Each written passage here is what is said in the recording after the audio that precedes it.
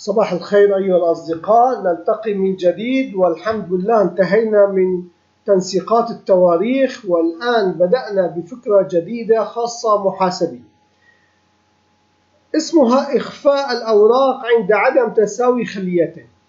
نحن لدينا هنا ورقة شيت 1 أما هنا لدينا شيت 1 وشيت 2 وشيت 3.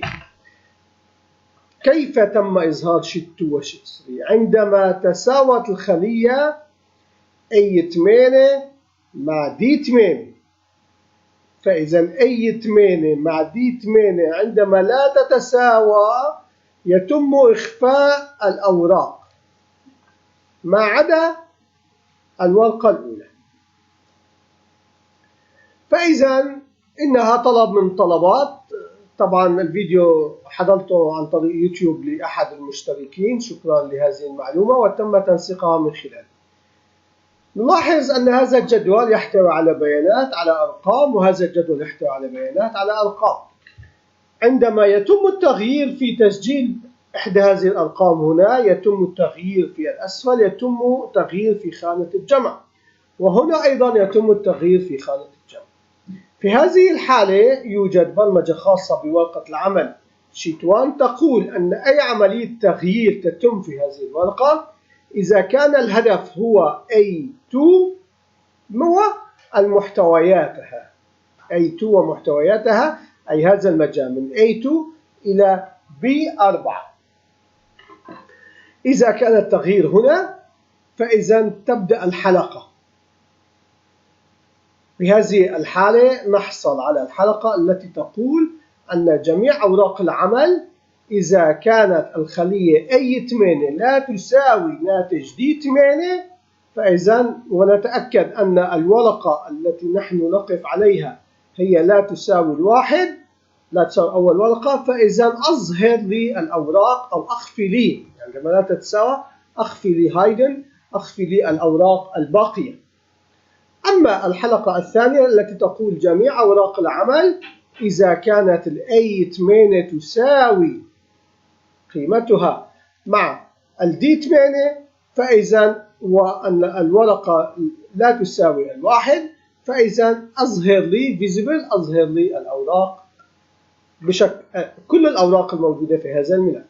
لنرى الملف التنفيذي الذي يتابع هذه الأمور بشكل عام، ونلاحظ الجدول الأول والجدول الثاني وسوف نغير في محتوياته لكي نلاحظ عملية إظهار الأوراق أو إخفاء الأوراق.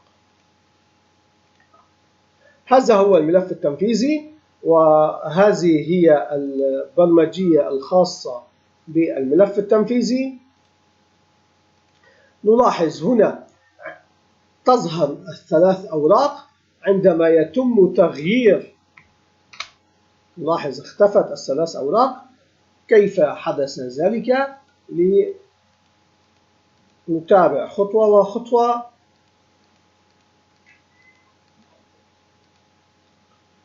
فإذا الآن أنا سوف أزيل، فإذا تم أي عملية تغيير في هذه الورقة تم إزالة الناتج، وهنا يتم وضع F5 ونحن ننتقل ونقول أنها تتساوى، فإذا تجاوزنا مرحلة الإخفاء، وهنا الآن دخلنا إلى مرحلة الإظهار. لاحظ أن هنا الآن يتم إظهار الأوراق، تم إظهار الأوراق. نلاحظ هذه هي الأوراق، ورقة 1 ورقة 2 والورقة الثانية الآن سوف تظهر. تم إظهار الورقة الأولى المختفية، الآن تم إظهار الورقة شيت 3 المختفية، وانتهت البرمجة. من البرمجيات جدا مفيدة، تخصصية لطلب خاص، أرجو أن تكون مفيدة لكم أيضا. نعود ونذكر ميزة الترجمة التلقائية الموجودة في اليوتيوب. يمكن أن تختاروا إحدى اللغات التي يتم ترجمتها من خلاله، أو أن تختاروا الترجمة الفورية التلقائية الموجودة ل 140 لغة موجودة أيضا في اليوتيوب. شكرا لمتابعتكم، نلتقي غدا إن شاء الله في معلومة جديدة بأمان الله.